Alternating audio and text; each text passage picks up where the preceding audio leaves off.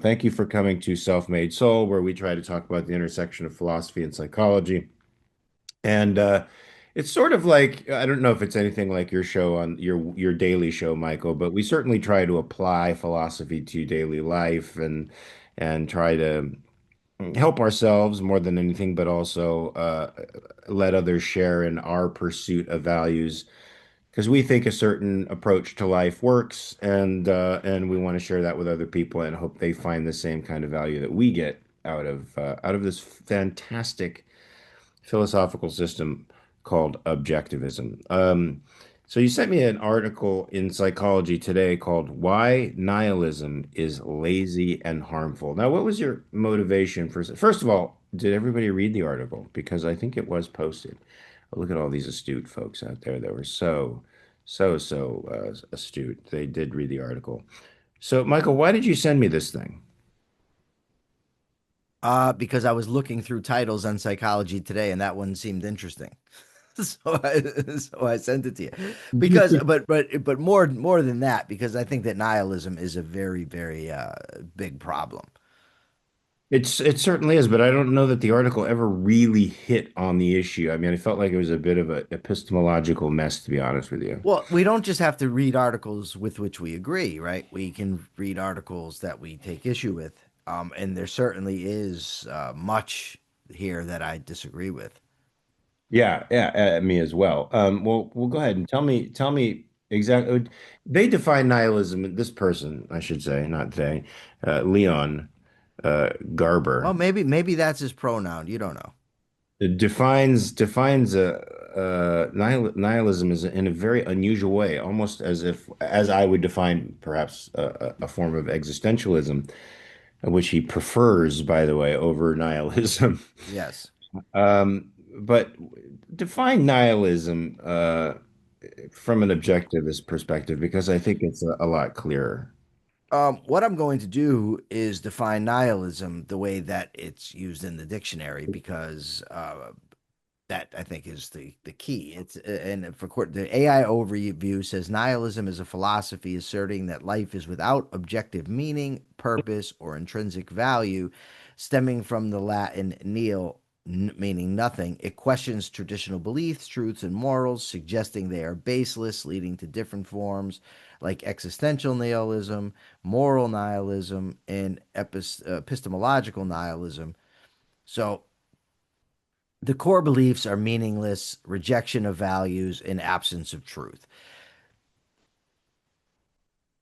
Now, that's not the way this person defines nihilism, and he says, in a sense, that meaning is illusory, meaning it is an illusion, and therefore anything can be meaningful, which is more of an existentialist concept than a nihilistic concept. Nihilism is far more dangerous. I mean, it is the obliteration of value, of all value and all meaning. You know, it's the claim that the fact that we actually have to create ourselves in itself makes everything meaningless. Well, I think the problem is the guy that wrote this article is just kind of all over the place. But let's can we just take it maybe piece by piece? You want to go through the article piece by piece? I think that's wise. So he starts off with the legendary comedian Norm Macdonald. He says and when chronicling his long-standing addiction to gambling, McDonald recounted it in a moment in which his psychiatrist interpreted his fixation on gambling as a way to escape reality, to which Norm astutely replied, "That's why everybody does anything." And he says that the author here says that this nihilistic tenor misses something fundamental about human existence. It implies the false conclusion that meaning is little more than filling an existential void for which there is no real solution. So he does throw language around kind of sloppily, but I think the core is that nihilism holds. There's no meaning in life, that life is pointless. There's no values. There's nothing. nothing good. So when he says nihilism considers meaning as illusory, so anything can then be meaningful. That's a contradiction, right? Because Yeah. if meaning is illusory, then nothing can be meaningful. Not everything can be meaningful. I think what he means to say in the article is that meaning is then just a matter of opinion or a matter of, what people take to be meaningful. Right, which seems more of an existentialist perspective than a nihilistic perspective, which is Yeah, yeah, nothing and it just nothing means anything. I mean, if you watch Fight Club, you're watching nihilism on crack. That's real nihilism, which winds up being the destruction of values because nothing has any real meaning. Uh, yeah. More than so 20 years ago, Mark, I had a debate with somebody about this, and I told him that existentialism, in essence, is nihilism. I mean, it is, but there's the hopeful sense. It's silly hopefulness, but the hopeful sense. But they do give room for creating yourself. They Sure, just some think they do. just Yeah. think it's arbitrary and doesn't matter. And that's why the quote unquote main characters in some of their stories, like The Stranger, are so unbelievably bizarre. Um, and you wonder why are you doing what you're doing? Yeah. Now, the concept of Norm Macdonald saying that everybody does everything to escape reality. This is a theme that sort of is echoed throughout the story, and he agrees with that. That when finding value in your life is a means of escape. I don't find that to be true at all in my own life, to be honest with you. Nor am I discouraged by the fact that there's no cosmic meaning to my life. I guess some people do find that, when they look at the overall picture, that we're a tiny speck in a vast, vast universe, potentially filled with other life forms, or maybe we're just alone. We don't know. They find that they can have absolutely no influence on the big picture in that sense, so everything is meaningless. I don't think I. Manu, I want to interrupt you for a second because Manu had an interesting observation that I think is worth sharing. Is she said that nihilism says that there's no meaning, and existentialism then says, okay, what do we do about it? And I think that's a very, I think that's a very good formulation. I do too. Right. And the formulation, Yay to Manu, yay to Manu. thank you, Manu. And the formulation isn't so bad. I mean, it's not awful. It's sort of an emotional triage for people if you think about it. Like Stoicism can be an emotional triage. If you think, well, life is meaningless, okay, well, I'm stuck. I'm alive. Then out, but I'm still active. I still have choice. I'm free. Now, what do I do about that? Do I make it shit or do I make it a paradise for myself? That gives you that, at least it gives you that option, which I don't think nihilism does. When you see the nihilists in the Big Lebowski, they are stating a fact. We believe in nothing, Lebowski. We believe in nothing. And they are capable, those people are capable of anything horrible. Who are some of the people that were in that movie, The Big Lebowski? John Goodman. Yeah, no, but I mean more toward the beginning of like the movie has a very famous opening scene where the character's head is put in the toilet. Who was I in don't that remember scene? besides Jeff Bridges, I don't remember the guy who plays the rug pisser. And what role did Mark Pellegrino play in that movie? Who?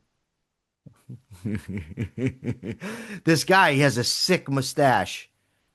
Oh, I don't know. I don't know. So, what do you think about this claim here, Mark? He says nihilism and perfectionism are therefore two sides of the same coin.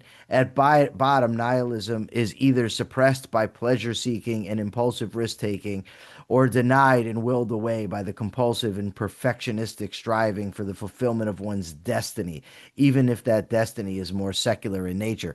To me, that makes no sense. I don't know what the hell he's talking about. It absolutely makes no sense. In fact, it seems to hold nihilism as as the standard. You're staving off natural nihilism because of the essential meaninglessness of life by either indulging in pleasure the way Norm Macdonald did, or excessive perfectionism, the trying to control every aspect of your destiny and goals, which he's sort of accepting the premise he's trying to reject throughout the article. Yeah, and the idea that you have a destiny, that nihilists believe in a destiny, contradicts the core of nihilism, which is the absence of meaning. If I have a destiny, certainly that's meaning. Of course. Yeah, of course. It fills you with meaning. Um, and what is your destiny, Michael? I don't have one because the whole idea Yeah. of destiny is cod swallow. He says either avenue evades serious forethought based completely on Norm's premise of one's foundation for decision making merely being an escape. And he says the perfectionist often struggles to articulate why they believe their way of living will lead them to feeling fulfilled. That's got nothing to do with being fulfilled. If you're trying to escape reality, you're trying to escape what's real. You're not that's not searching for meaning. It's not looking to make meaningful decisions. Um, it's not being perfectionistic. It's none of that. Nothing. The guy that wrote this article is just very flawed in what he's putting forth. So Persephone says existentialism and nihilism start in the same place and come to completely opposite conclusions. Do you agree with that? Um, I don't know. Some existentialists. Let's look at Dr. Viktor Frankl. He talks about finding meaning in life, right? In creating meaning. But I've read other existentialists, and I wish I could think of them. But if we look at Nietzsche and consider him maybe as a proto-existentialist, which I think he is, he's certainly not looking to find meaning in life and create meaning. He's more of a nihilist, right? So I don't know that all I'm existentialists are looking to create meaning. Sartre also, there's also the existential dread that they claim Sartre. that we all have. You say Sartre. Yeah. Okay. How do you pronounce it? Sartre? Turn around. Sartre? I'm going to spank you. I'm going to spank you. That is not the proper That's pronunciation of it. weird that you would want to spank me. I'm just going to put that out there right now. Weird that you say Sartre. I got to be I honest don't with you. care what I say. The Gotta idea that you be- want to then spank me because of it is just bonkers. Okay. You need help with pronunciation of French names. I Nobody knows how to pronounce French names. They're pronounced real stupid. They throw in all kinds of superfluous vowels and this and that. It's not a good language. you are amazing. Many of the people in this audience right now who are looking at you like you have three heads, which is appropriate. They Uh, all agree with me. no, they don't. So look, I somewhat agree with Persephone's conclusions, although I think, of course, it leaves hope for the completely opposite conclusion of nihilism. That's for sure. It leaves an opening for a completely opposite conclusion, but it doesn't necessarily guarantee an opposite conclusion. But Manu made a distinction here that I wanted to get to. The article actually attacks what the article actually attacks is psychological nihilism, Michael. Now, Yeah, I'd like to know the distinction between the two, yeah. Manu, if you can come up with this distinction between the two, because in this case, I think, values are the province of philosophy, and there's a hard crossover between the two, and I think it's such a crossover that it's almost indistinguishable. But if you can tease out those distinctions for us, that would be fantastic. What were you going to say, Michael? I interrupted you. I was just going to continue with the article. So the author says existential thinking differs from this significantly, especially in valuing decisions as a byproduct of valuing life. Existential thought indicates that objective meaning is either unknowable or completely non existent. So we, as a species, have been tasked with its creation. So first of all, it, who tasked us with its creation? Secondly, if there's no such thing as objective meaning, then how are we creating it? What are we creating? If we create meaning and the meaning is real, then it's objective. So that's sort of nonsensical. And then the author goes on to say, meaning is therefore neither subjective nor objective, but something in between, collectively and individually agreed on. It takes on different forms within core elements. If it's just something that's agreed on, then I'm sorry, sir, it's subjective. It's just a social convention. It's nothing real. Yeah, I'm wondering what this guy's background is because it's supposed to be about philosophy, but it's really not a very clear understanding of philosophy. and certainly not of its intersection with I psych. believe he's an LMHC, which I believe means licensed mental health counselor or licensed Right. mental health clinician. Right. Manu is begging to get on. She's like, please, please, I want to get on. I want to convey. Okay, let's put her on. But I want to get to something that Persephone says real fast. That she, hold on, real quick. Where is There's that? Manu right there, giving me a dirty look. Hold on 2 seconds, Manu. The French word for bird is the best. Now, Michael, do you know what the French word for bird is? I know what the word for Michael doesn't care is. You're just defensive because you don't know what the French word for bird. No, I'm not. What I'm saying is the French language is it's well, and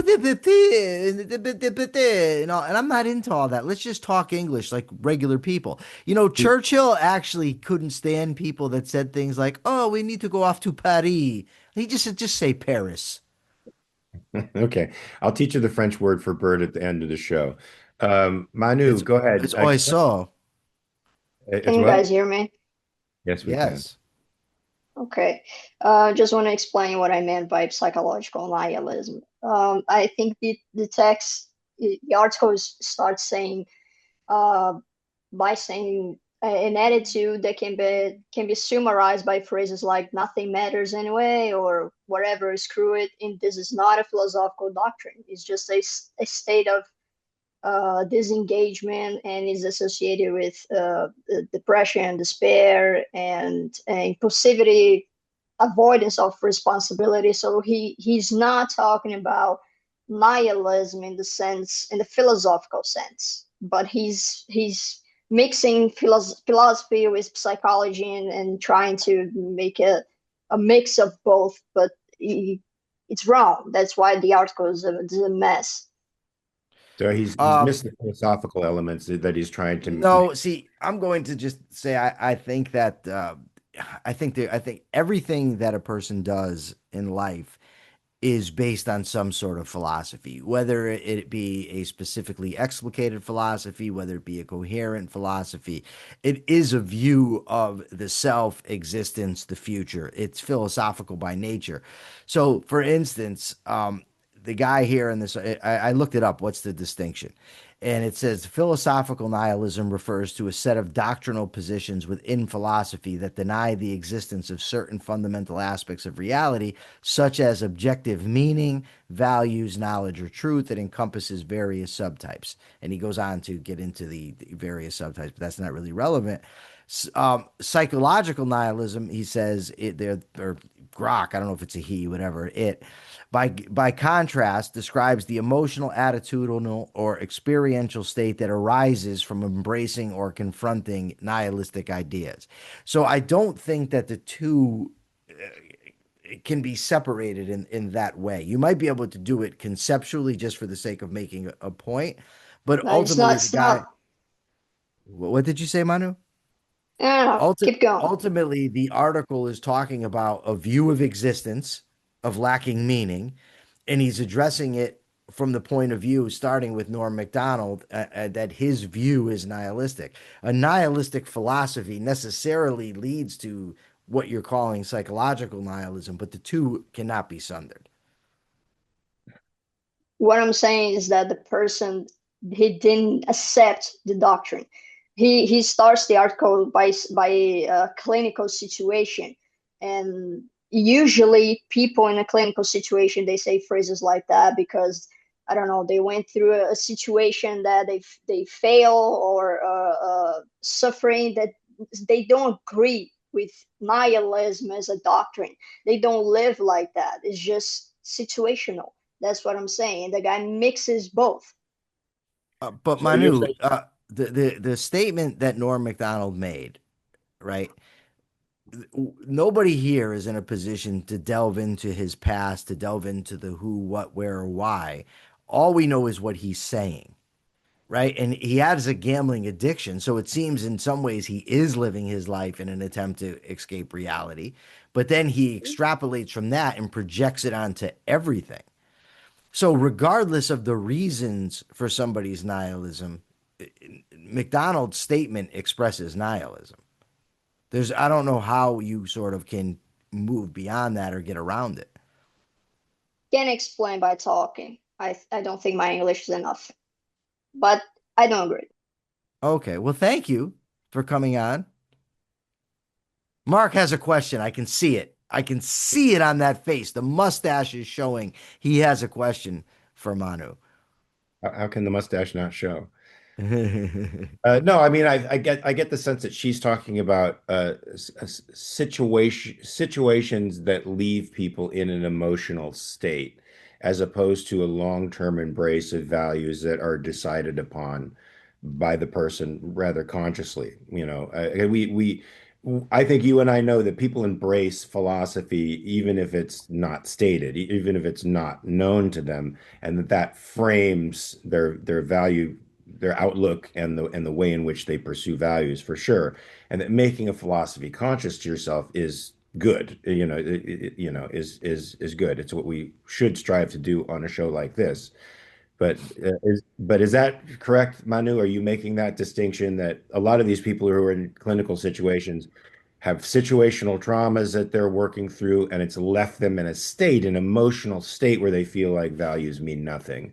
Like they're just in a hole, basically in an emotional rut. They haven't necessarily embraced the philosophy of nihilism, but they're feeling nihilistic. Is that sort of what you're getting to? Yeah, yeah. Like for example, when I am in deep suffering, and sometimes I just think for myself, nothing matters. Why I'm doing this, why I'm caring about this. And then when I'm better, then life matters and things have meaning. So I'm not embracing nihilism. And this guy in the article, he's not embracing nihilism in that moment. And I think that's part of the article that he shows that is in a clinical situation, not that the guy is embracing that. And then he brings existentialism as a Oh, solution that the sure. person can create meaning. That doesn't make any sense. Manu, He say I have a question I want to ask you. I'm sorry to interrupt, but I don't want to forget the question. If you're feeling despair and you express that, what you just said, that life has no meaning and life is pointless, are you not in that moment expressing a nihilistic perspective? that's Okay. psychological. Well, no, it's not just psychological. You're expressing an out. It takes place inside your head, of course. All viewpoints and all beliefs do. But when you say life has no meaning, you say life is meaningless. Nothing matters. That's you're expressing a view about existence that is necessarily a philosophical view. It doesn't In that mean that moment, is, yeah. It doesn't mean that is your whole philosophy, but that is it is a nihilistic point of view or a nihilistic take on life. The take that yes. Norm Macdonald expresses is nihilistic. We, Hmm. us three, are in no position to know what his, how whether he goes in and out of that, whether he, grows, whether at times he thinks it has meaning. All we know is what he's expressing in that moment that he describes in his autobiography. And what he is conveying is a nihilistic perspective.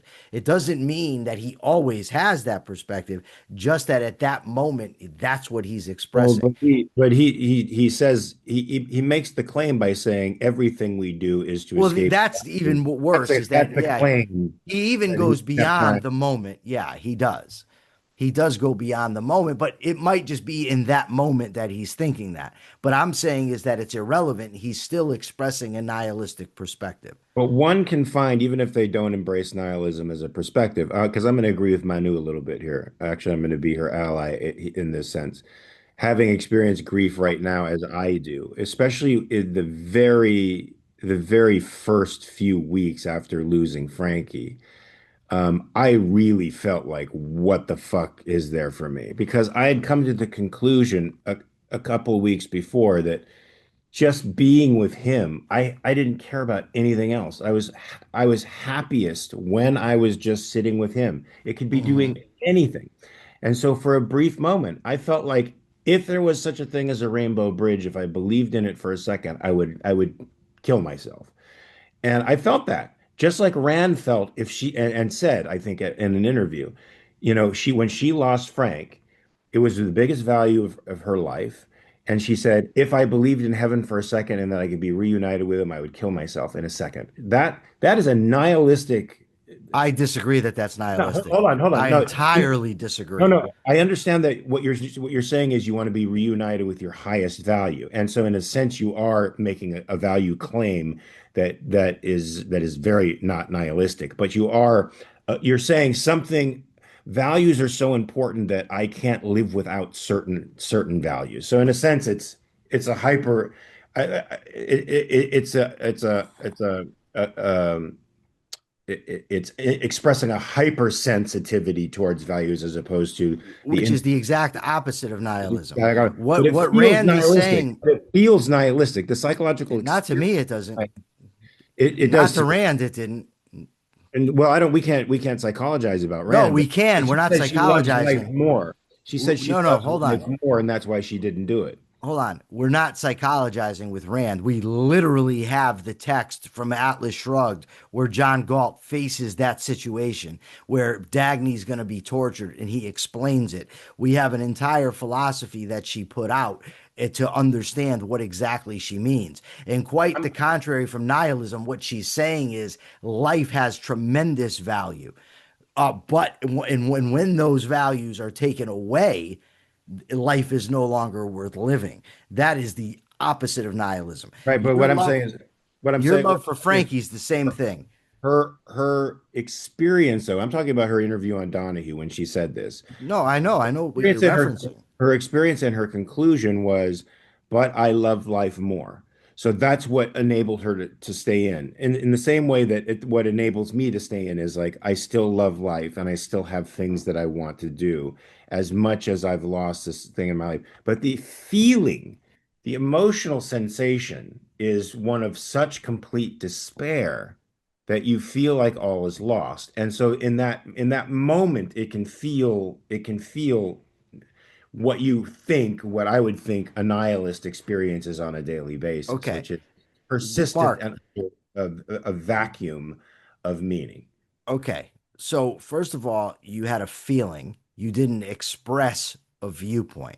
You didn't come to a conclusion about life based on your temporary feelings. You understood that they're temporary. You understood that you still want to live. You have a whole abundance of things to live for.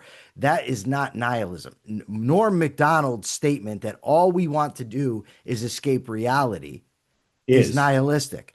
If it's somebody says there's no meaning in life, nothing matters, they're expressing nihilism. The fact is that yes, even in your despair, you knew enough that to understand that life still matters, that life still has meanings. That is the opposite of nihilism. but I'm certain, I certainly flirted with a state of psychological nihilism, which I think Manu is getting to here, Well, which is nothing matters. Now the okay. primary value But is you didn't really believe that, Mark, and you didn't express it. oh no, There's a I big believed difference. it. I So you believed it, but thought, I got over it. I hold on. believed it, but I got over it. So you're telling me that you concluded that life doesn't matter, that life has no meaning, that there's nothing worth living for. Didn't That it was was your conclusion. it wasn't a conclusion. It was a transitory moment in time where I was passing through deep grief and a flirtation with nihilism, but my philosophy was stronger. My Okay, philosophy then you're not, about then that's not nihilistic. It's simply not. I don't like And it's just that's what I'm not. saying. Yeah, but that's not what Norm Macdonald expressed, and that's not what the author of the article is addressing. Nobody said that they came close or they were flirting with nihilism or they just had a feeling. Norm Macdonald literally said that first of all, the psychologist's point to him was that you're attempting to evade reality by gambling. That's a nihilistic point. If all I'm doing is trying to evade reality, that's nihilistic, right?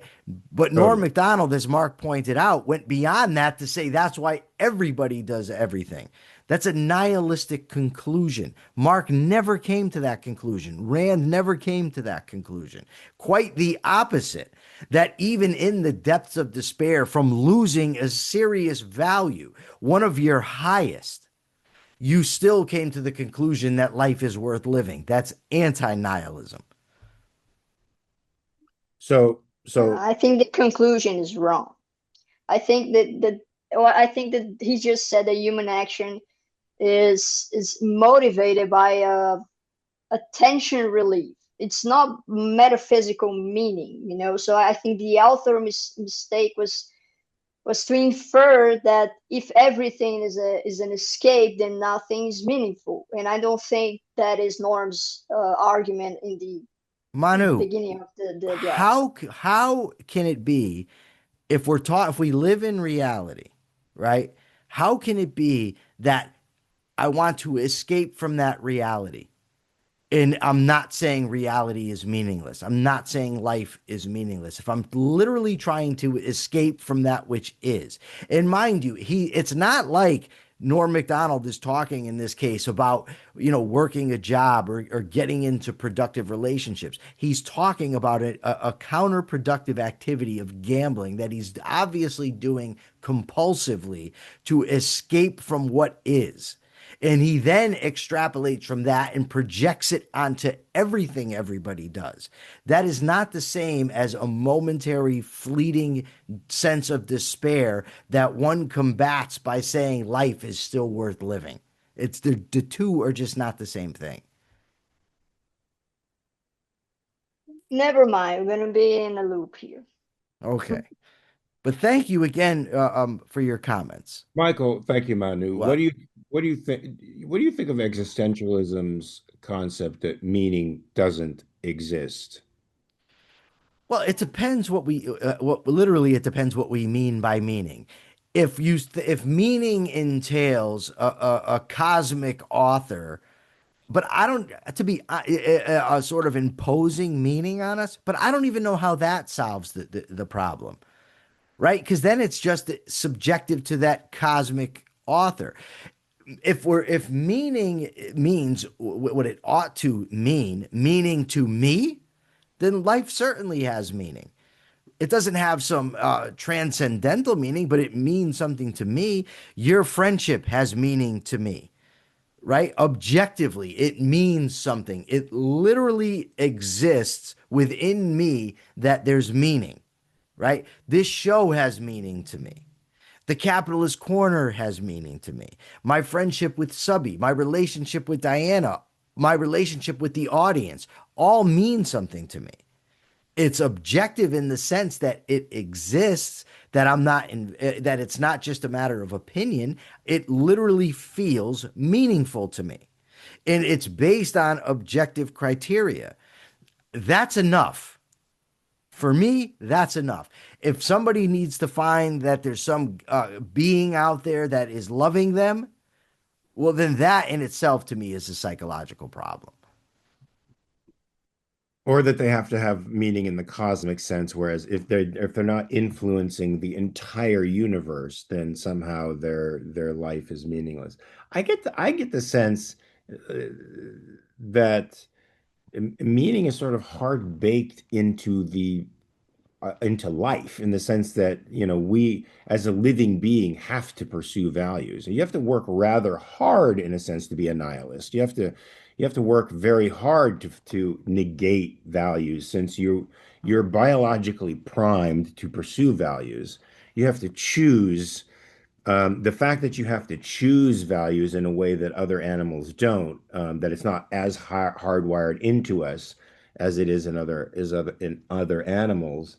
It seems to be the problem that nihilists fundamentally have. It seems like they'd rather be in a state of drift. You know what I'm saying? The fact that they have to the fact that they know they have to value because we're living beings, but actually have to work at discovering what those values are is something that they seem to have problems with more than anything. There's an interesting irony in the article because the author says that nihilists tend to be atheists or agnostic, but yet the nihilist accepts the theist's premise that without God there can be no meaning, Right. and that's the flawed premise. And some of the most orthodox practices of the Abrahamic religions, I'm thinking now of Islamicism. I can't think of any more nihilistic perspective at all. I mean, literally, they self-immolate themselves and other people around them as a goal, as an ideal. Death as an ideal is about as nihilistic a concept as you can get. So we have a question from Sandra S, and she wants us to give a definition for meaning that is or an example of meaning that is universal. And I just don't know exactly what you mean by universal. For instance, I could say I can give an example of happiness. I know what happiness is, but my happiness, I don't know what my happiness isn't felt by everybody, but everybody can feel happiness. Everybody can feel sadness. Their sadness isn't my sadness. And so my feeling of meaning is very real, just like my feeling of happiness or sadness is very real. When my mother died, when my father died, I was distraught. When Melissa was dying and when Melissa died, I was broken, right? I was very, very sad, very despondent, felt a lot of despair. And that was very, very real. It wasn't universal, like nobody else was going to feel it. And it's the same thing with the things that I find meaningful. Like I said, my friendship with Mark is meaningful to me. I don't know how you universalize that in the sense that everybody's going to feel it, because everybody doesn't have my relationship with Mark, but it's real nonetheless. Yeah, I mean, an objective meaning, that's an interesting concept because because we have values that are universal and we have values that are subjective or contextual, I like to say, unique to our own lives. But I would say that meaning is any value that you believe will lead you to long-term happiness, long-term satisfaction, or eudaimonia, as maybe Aristotle would say, a state of it's like a state of contentment. It's a rather difficult thing to put your finger on because people feel happiness in very different ways, and people feel meaning in very different, I think, in very different ways. But would you sort of agree with that, Michael? Is that sort of it's meaning is just Ah, active evaluations. It's active seeking of values, um, right? Of values that have long-term beneficial effects to your life. okay. So again, this is going Uh, to be difficult to address because from an objectivist perspective, we often run into these dichotomies, right? Theory practice dichotomy, mind body dichotomy that objectivism rejects. So I'm going to tell you what the Grok says about meaning, but I want to keep it in that context. So, like the intrinsic subjective, like it's a dichotomy. Like things don't have to be intrinsic or subjective; they can be objective, meaning a relationship between the human mind and existence that is very real, right? So the philosophical objective meaning is the belief that the universe or human action possesses inherent intrinsic purpose or value independent of human opinion. For example, derived from God, cosmic order, or universal moral laws. The word intrinsic there is what I'm having an issue with. Um, I think it's independent of human opinion. For instance, the meaning that I find in life is very real. It's not my opinion that it's there. It's not a matter of your opinion that it's there. It actually is there. So it's not a matter of human opinion, but neither is it intrinsic in the sense that it's irrelevant to my choices, thoughts, actions, behaviors, decisions, right? There was no intrinsic meaning, Mark, to my friendship with you until you and I cultivated a friendship, right? But now the meaning is still but very real.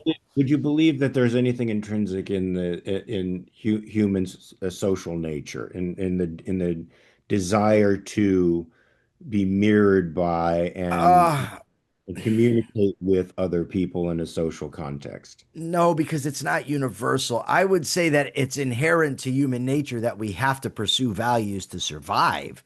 That Yes. would be something that's inherent to our nature.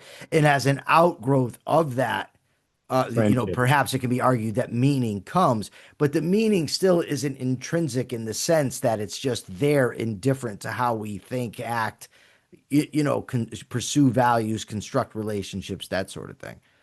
Manu says nihilism says nothing by itself about how a person feels, behaves, or copes. A nihilist can care about something and still believe that nothing objectively matters. I understand what you're saying, but I find that a really difficult thing to wrap my mind around, to be honest with you. Can you Uh, repeat that, please? yeah, nihilism says nothing by itself about how a person feels, behaves, or copes. A nihilist can care about something and still believe that nothing objectively matters. I mean, I've heard subjectivists and moral relativists, or not subjectivists and moral relativists, the Sam Harris school of folks who think that they're sort of determined by their biological, by chemicals in their brains. And I've heard people say they feel a sense of liberation from the fact that, really everything they do is determined by their biology. It has nothing to do with, there's no free will. And they've felt liberated by that. Do you think a person can really be a nihilist and care about something? Having the overarching idea that nothing matters. Like I look at Woody Allen, for example, I see a nihilist. When you see his work, it's very nihilistic, and he's of the atheistic type that says, he I think he buys the religious perspective that without God there really is no meaning, and he lives in that universe for real and writes about that. And when I look at him, I don't see a happy man. I don't even know that I see a man who necessarily cares very deeply for things. Even though he's married, even though he has relationships with people, some of the stuff that I've heard about the nature of his relationship show me a man that does not go that deep. So How could I you? think I think what you're getting at is this. Manu brought up the example where the despair somebody has in life leads to nihilism, but it can also be the case that a nihilistic, a person who's adopted nihilism, generally speaking, that perspective leads to the despair. So the two can be connected, but they don't have to be connected in the same way. If you believe nothing matters, if you believe life has no meaning, no purpose, then that can lead to despair. I'm not going to rationalistically say somebody believes that nothing objectively matters, therefore that person's going to be miserable. I mean, even in the case of Norm Macdonald, for instance, he evidently cares about gambling. It's evident that he values it because he pursues it, right? A drug addict can care about getting high. I suppose even a nihilist can care about their spouse. So I don't think it necessarily automatically leads to a rejection of caring about anything. I will say that if a person is consistently nihilistic in their thinking, I would find it hard to believe that that person deeply cares about anything. I think that the likely response to holding such a belief would be despair, would be depression, Or sadness. nothing, or like nothing. Michael, Yeah, or they could be anhedonic, not just like yeah, nothing like yeah, matters. that would feel more likely to me. I remember reading a quote from the Palachniuk book Fight Club. In the beginning, it says, "Everyone you love will either leave you or die," and it was such a starkly nihilistic statement. And I thought, at first, when I read it in my 20s or early 30s. Hi, pigeon. Thank you for flying on my window. Hi. Hello. Um, so I've took it at first as a very nihilistic statement, but also liberating. Like, wow, that's really liberating. I'm freeing myself from valuing anything, and that's that for a second in my 20s, that felt like a liberating thing. And then I thought, no, it's not liberating. You in the sense you're saying nothing matters. And so it's, since everything you love will either leave you or die, why the fuck love in the first place? Because all you're going to experience is the despair of loss. That's a horrible perspective to have. I mean, it might give you, I don't know, a certain freedom of not fearing anything. I don't know, but it certainly would make you, as you said, ahedonic. You can't experience joy even under those kinds of circumstances because you can't invest. You won't invest in valuing someone. If you know if yes, it's an objective fact. Everyone you love will either leave you or die. This is true. This is true. I've experienced it multiple times in my life. But and maybe it's naive to some to bang my head against the wall and continue to love and to continue to embrace and invest regardless. But I think it's the beautiful aspect of human life that we can carry on. And in the face of this yawning eternity of potential nothingness, make something. Make something. Yeah. So Manu now she says that nihilism makes a claim about reality specifically. There are no objective values inherent in the universe. There is no intrinsic purpose and meaning inscribed in existence in itself. Nihilism removes external justification, not internal motivation, is how I see it. For example, and then she gives an example. I don't want to address the example because it's going to take me way, way far afield. The point that we're making, Manu, is that if a person takes on that our feelings, our emotions, our decisions are ultimately driven by what we think and what we believe. And the point that we're making is that if a person literally believes there's no objective values, there's no purpose to life, nothing matters, that person is likely to not be a happy person. That person is not likely to have strong motivations. We're not saying that the person can't do anything or that the person can't like anything. We're only making a hypothesis that I think has been confirmed over and over and over again. I mean, if you look at cognitive therapy, for instance, the premise behind cognitive therapy's treatment of depression is that people have to change their view about their lives, the world, and the future, right? So if a person has a view of their lives, the world, and the future, that nothing has objective value, that nothing has purpose, that nothing has meaning, that's not that you can't just hold views as if they exist in a vacuum and don't affect the way that you feel and the way that you behave. That is the point that we're making. Now, she then makes the point about chocolate being superior to vanilla. She says there's no objective fact in the universe that makes chocolate superior to vanilla, but you can still prefer chocolate. Yes, you can. But first of all, whether chocolate is superior to vanilla is entirely a matter of opinion. And secondly, whether one likes chocolate or vanilla is so downstream from what we're talking about. You're talking about somebody having a view that nothing is objective, nothing has meaning. So, but with that said, I want to move on to Michael, the next. people often point to the directly perceptual stuff like that, like colors and tastes, individual Yeah, tastes, to make the claim that nothing is objective. But right. that's not the case. Those are unique scenarios. But there's an interesting thing here I wanted to get to. I don't know if you wanted to read this, but I think it's often hard to find meaning in life because in the end we all die. Now, this is one of the most important reasons for art for me, Michael, is that since we have such a long range view, and we, unlike most other animals out there in the world, we can grasp the fact of our own end.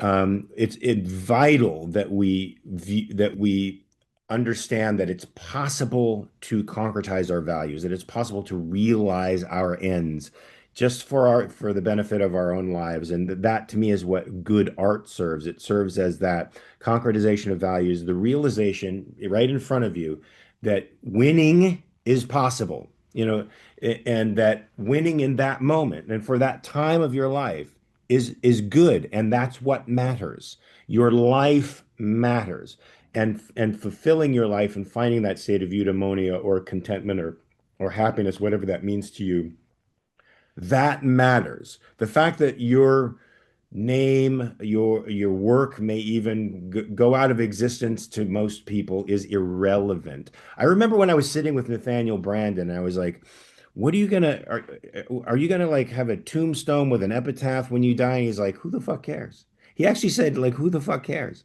It was like nothing mattered after he died. Nothing mattered. And that was actually one of the most interesting things that gave me some very huge insights. You know, when I pull actors today, and actors don't even know who the biggest stars of 20 years ago were. Modern kids today don't know who the biggest stars of 20 years ago.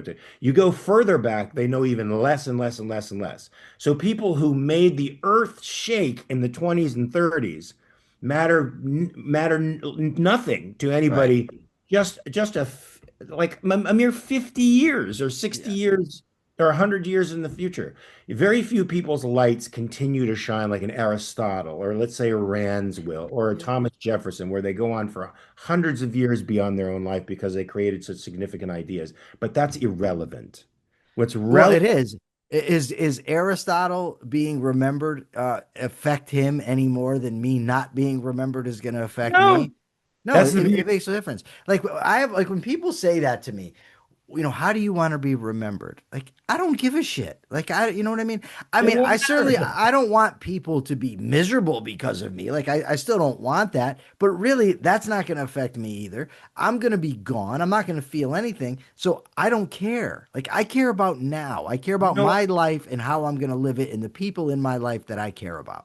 and that metric oftentimes, Michael, of how do you want people to remember you? Some people use that as a standard for, tailoring their behavior in life. And I'm like, well, that's not necessarily the best standard in the world because, you could have truth and integrity, and be kind and generous and still not liked. And still not liked, and maybe nobody will show up to your funeral, but you can still present all of these virtues and live by all of these virtues. And that in itself is what matters. That's what matters. Um, so I love that formulation that, how do you think how do you want to be remembered? I don't care. I don't care. It doesn't matter. It really won't matter. No, it won't. It's hard to get that, Michael, because it's hard for us to imagine non-existence, right? Because we always have to imagine something in relation to Right. something. You can't, I mean, I don't know how you could imagine non-existence. It Yeah. would literally imagining something you've never experienced. And could never experience. No. And I think Rand said it best when she was asked about her fearing death. She says, I don't fear death. I'm not going to die. The world will. And I thought that was one of the most interesting concepts. But so I think what we could distill out of this, because I have sort of a hard out, so we have to start getting questions from people if we want. I I think just we have, want to address one thing quickly before we yeah, get to the yeah, questions. yeah, What's your heart out first? I need to know. in 10 minutes. Okay. I, The guy here says he quotes an existential psychotherapist who said the spirit of a man is constructed out of his choices. Um, and I don't disagree with that. And I don't disagree that meaning is constructed out of our choices either. But the fact that it's constructed out of human choice doesn't mean it doesn't actually exist. I mean, my computer was constructed out of human choices. My microphone was, my sweatshirt was, these things still exist. So the fact that our spirit, our meaning is made by us doesn't make it any less existent. Okay, now I guess we go to the questions from the audience. one of the things I say to people who I find are depressed, and Manu, you're the psychologist here, so this may be bad advice for people, but I give it anyway. You Uh, do. You give a lot of advice. You give me I'm a health advice that student. but I'm asked this too. You didn't ask me. I volunteered the advice for the Zycam for you, but also people ask me things like medical things, and I'm like, I'm not a fucking doctor. Stop. yeah, My wife Mark, they asked me. probably ask you because you're constantly giving unsolicited medical No, no, advice. no. I don't give unsolicited You do medical. all the time. That's I not did to true. you. I did to You do it to you. me all the time. You need to eat this. You need to do this. This is what all the, and it's always some, Yes, I'm trying to help you it's because you're hopelessly lost, but that's no, no, all we it's do. I don't. always, and it's always some alternative medication. You need to get the root of the blah, and mix it with something and do, it's always some weirdo thing. Now you made me forget what I was going to It say. doesn't matter. We got to get to questions anyway. Oh, for fuck's sake. Okay, okay. I'll try to remember it later anyway. Oh no, that's a tough task. Do we have questions? Any questions from the gallery, folks? I think Manu, thank you very much. Here's what it was. Because Persephone said, "Stop it, Manu. I can see your face." So Persephone said something about meaning being purpose, and one of the things that I would tell people who I found very depressed was what I noticed was a lack of purpose in their life, a lack of actively searching for purpose. And I'm like, man, the two things you need in your life are purpose and love. And you don't have either of those in your life, and you're not actively searching for purpose and love. And once this person found purpose in their lives, and they found it much later in their 70s or 80s, they're actually very happy and content with themselves now. So I do find meaning is intertwined with the idea of purpose for sure. Yeah, Um, absolutely. anyway, any questions, comments, or concerns from the gallery before we adjourn for today? And I want to say thank you for everybody for showing up so much earlier than usual. Uh, I'm exhausted. I worked 12 hours last night, got to bed around 1 o'clock, and uh, wait, I'm just my time schedule is all thrown off because I'm on the East Coast one week and on the West Coast. Oh, by the way, um, just for the viewers of the Capitalist Corner, we've got some great guests coming up. Um, this week on Thursday, we're going to have Phil Magnus on to talk about the post liberals or whatever the hell they are. Larry Sharp, the libertarian candidate for governor of New York, has agreed to come on the show. I just have to set the right time. And so has the economist Vance Ginn, whose article we've discussed in the past. He's going to come on the Capitalist Corner. Oh, good. I love that. Now, I'm going to be working on a show from the 15th to the 19th, so maybe You we can won't have be there, but I'll be there with Phil. great. And I got to see that because I like his stuff. So you won't be there Monday either, then, I guess. It's possible. Let me. I haven't gotten the schedule yet from the movie, but that's very possible. Also, All right. tomorrow we'll be talking about Israel, folks, on Capitalist Corner Patreon. So check that out. That'll be 9 a.m. Pacific, 12 p.m. Eastern Did time. I send you enough prep material, do you think, for You that? sent me a lot of stuff. I don't even know if I'm going to have enough time to look at it because it looks like it just goes on and on and on and on and on. But any questions, folks, comments, or concerns about this idea that, well, nihilism is a lazy way of viewing the world, Michael. It is. You're just simply rejecting values. It's just simply a negative. It's a not positive. It's not moving forward. It's much harder to do what we do, which is to pursue values, to discover what those are, first off, which takes work and introspection and extrospection, and then to pursue those values that you think will contribute to your life, and to understand that your life right now, regardless of its span, is what matters. It has meaning, and afterwards, it doesn't matter. It doesn't matter. Can I It tell does. you about a great decision I made? Sure. I will no longer be arguing with people on social media. I'm done. It's great. It feels great, Not that Mike. I won't debate. I'll debate on streams, I'll debate on my podcast, whatever. But I'm done getting into these debates because I found myself, Mark, honestly, thinking like I used to think when I would be getting into beefs with people. And they're really like the way these Yes, people I noticed. talk, I noticed. I started to feel like, ooh, I wonder if a little old Leibowitz it is. was there Yeah, because I really like when I feel like I'm trying to have a respectful discussion and you want to come and play tough guy with me, yeah, I that really triggers something. It's yeah, like, and I got that feeling that you got with Kinsella, dude. You would never in your life, like the guy is talking to me about how brave he is, and I'm just thinking, you would never talk to me like this in person. You could yeah. pretend all the bravery you want, but I don't want to think like that, right? I want to have intellectual discussions. I want to debate ideas. I don't want to be getting into who's the baddest mother effer on the on the corner. You know what I mean? So I'm Absolutely. done with that aspect of social media. I wish I would have bet Manu now that I don't get into social media arguments anymore because now I'm actually winning the bet, whereas before I was losing it. Manu, were you raising your hand? Yeah, because I don't know how to raise my hand at this thing.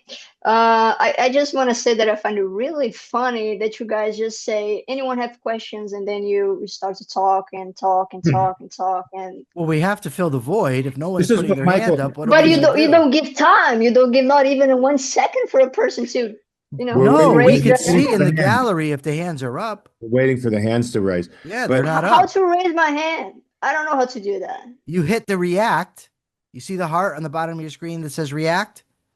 Oh, that's true. You click that, and then Okay. it gives you all the various options. Manu actually has a I boomer feel really generation old. moment. You just had a boomer moment. You did. Yeah, I do.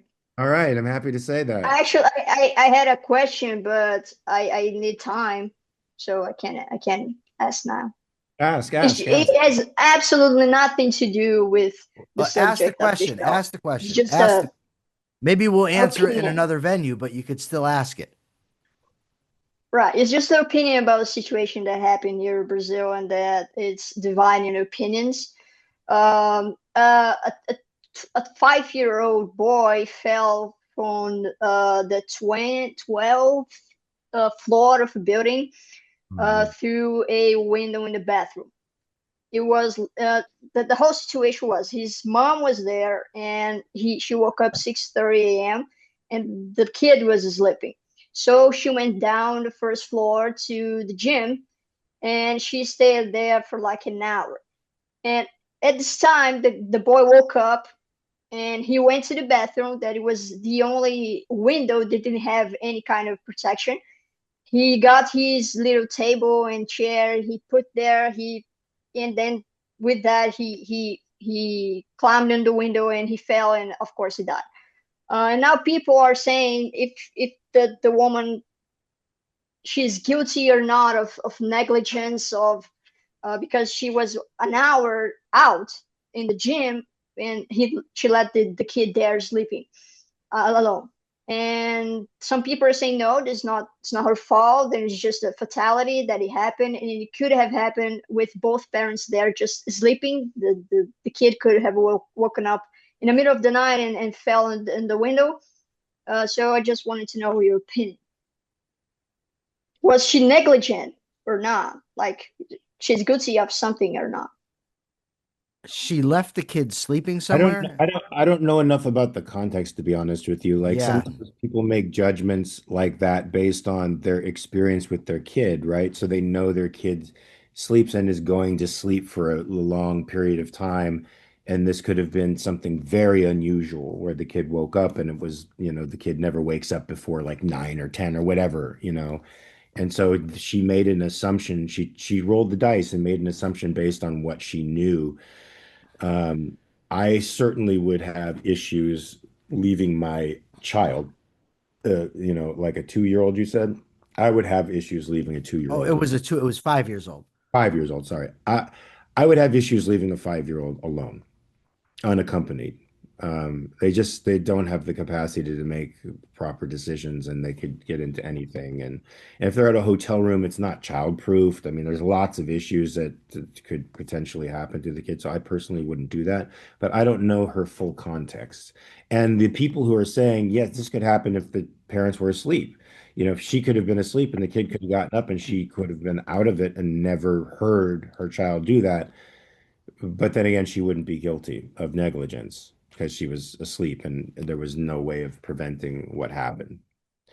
She made a choice to leave the child alone, and that does put some culpability in her hands, I think. Manu, can you send me an article on this? Maybe I'll talk about it on the show this week. Okay. Well, she was being charged of abandoning incapacitated person, not negligent, but it was that because she left the kid alone, and the father was working, so there was no one there. Yeah, I don't know. I mean, I would probably take the kid with me to the gym if I felt I needed to work out, something like that. I don't think I would leave a Oh, I 5 misunderstood. She left the kid home alone and went to the gym. to the gym. Oh yeah, Yeah, that I'm in the going with, same that sounds building. It negligence was to in the me. same building. Like the gym was the first floor, and they lived in Still, the I don't know how to still say that one, word. The yeah, 12, 12, yeah, the still one 12th can make floor. the assumption that she was going off of a context that she thought the child would be Could sleeping. be, I still think but it's send me the article, Manu, if you can. well, folks. If there are no other questions, then I think we can adjourn for the day. I really appreciate you guys coming out. I hope you got some value out of this conversation, and I hope you find that life does have meaning, that you make the fact that you make the meaning for your life doesn't make it any less meaningful. Meaning doesn't land in your lap. You have to search for it, you have to find it, you have to work for it, but learn to enjoy that work. It's a good thing, it's not a bad thing. Michael, people work only to get to go on vacation. I know a guy who would work and work and work only so that he could have lots of vacation time and do nothing. It's like, dude, enjoy what you do. Work is a third of your life at least, sometimes more for people. So find something that you value so that a third of your life is spent doing something you enjoy doing, for crying out loud. Because you shouldn't be working to just do nothing. You should be working as a part of fulfilling your life as a human being, right? And that goes for everything. Now, what that stuff is, what your purpose is, isn't immediately apparent. And take that as a challenge, not as something that's awful, or that the universe is turned against you, or you're in some kind of void. You're not. You're not in a void. You just have to do what human beings do, which is activate your mind, be active and search and look and find. Be active always. Thank you guys for showing up, and we'll see you next Saturday with another article, and we'll have a fruitful discussion, I hope. Peace from Toronto, guys, from the Great White North. Bye, everyone.